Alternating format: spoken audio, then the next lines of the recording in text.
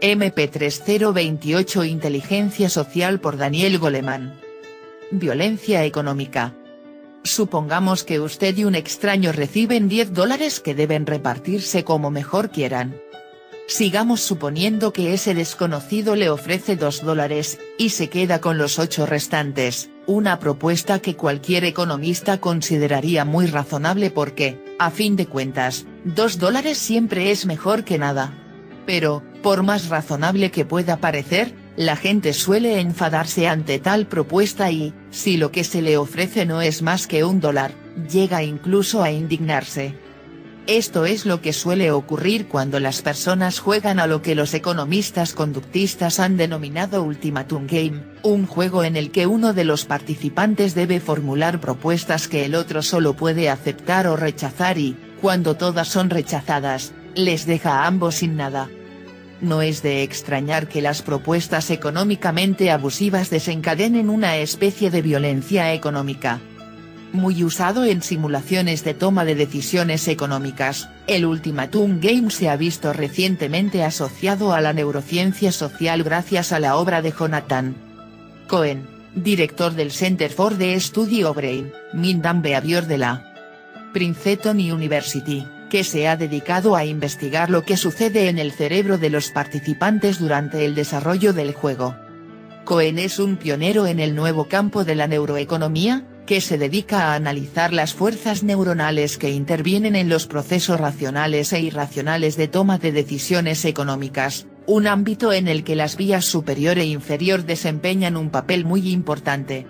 Gran parte de la investigación realizada en este campo gira en torno a las áreas cerebrales que se activan en aquellas situaciones interpersonales que nos permiten comprender las fuerzas irracionales que mueven el mercado. No es infrecuente, dice Cohen, que, si alguien ofrece un simple $1, la respuesta del otro sea vete al infierno.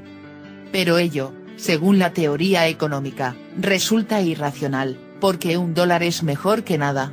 Esto es algo que resulta desconcertante para los economistas porque, según sus teorías, la gente siempre quiere aumentar sus beneficios y no acaba de entender que haya quienes, para castigar una propuesta que les parece injusta, estén dispuestos a sacrificar el sueldo de un mes.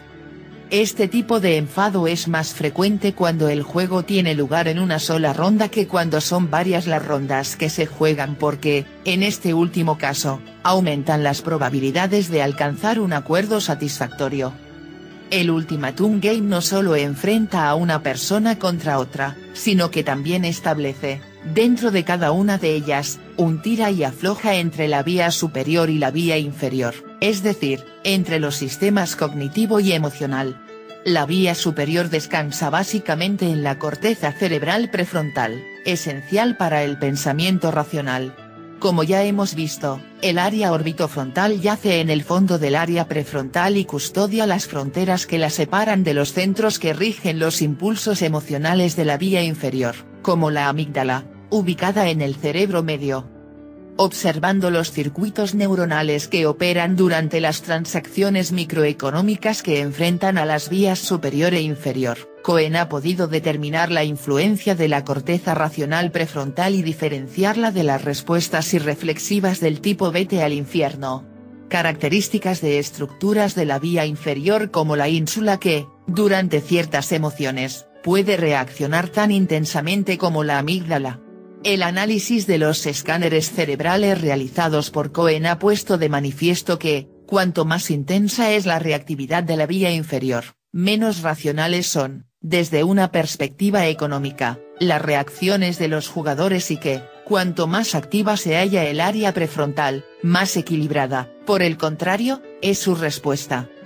En un ensayo titulado The Vulcanization of the Brain, una referencia a la hiperracionalidad característica de M.R. Spock, el personaje de Star Trek originario del planeta Vulcano, Cohen analiza la interacción entre el procesamiento neuronal abstracto propio de la vía superior, que valora cuidadosa y deliberadamente los pros y los contras, y la actividad de la vía inferior, más emocional y predispuesta a la respuesta inmediata, y llega a la conclusión de que depende de la pujanza de la región prefrontal, mediadora de la racionalidad. El tamaño de la corteza prefrontal es un elemento que nos distingue de los demás primates, que tienen regiones prefrontales mucho más pequeñas. A diferencia de lo que sucede con otras regiones cerebrales especializadas en una determinada tarea, estos centros ejecutivos requieren más tiempo para realizar su trabajo. Pero, como ocurre con el resto de los repetidores cerebrales multiuso, la región prefrontal es mucho más flexible y capaz de enfrentarse a un rango mucho más amplio de tareas que cualquier otra estructura neuronal.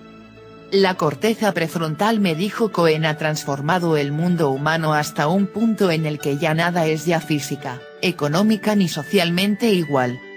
La capacidad creativa de los circuitos prefrontales nos ayuda a esquivar los mismos escollos generados por el genio humano, como las guerras por el control del petróleo provocadas por el consumo de gasolina, la sobreabundancia de calorías de las granjas industrializadas, los delitos informáticos, etcétera, etcétera, etcétera.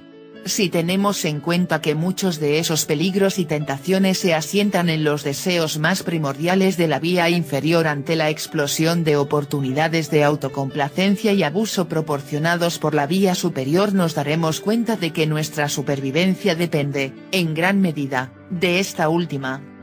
Como dijo Cohen, es cierto que ahora podemos acceder fácilmente a lo que queremos, como azúcar y grasas, pero todavía debemos aprender a equilibrar mejor nuestros intereses a corto y a largo plazo.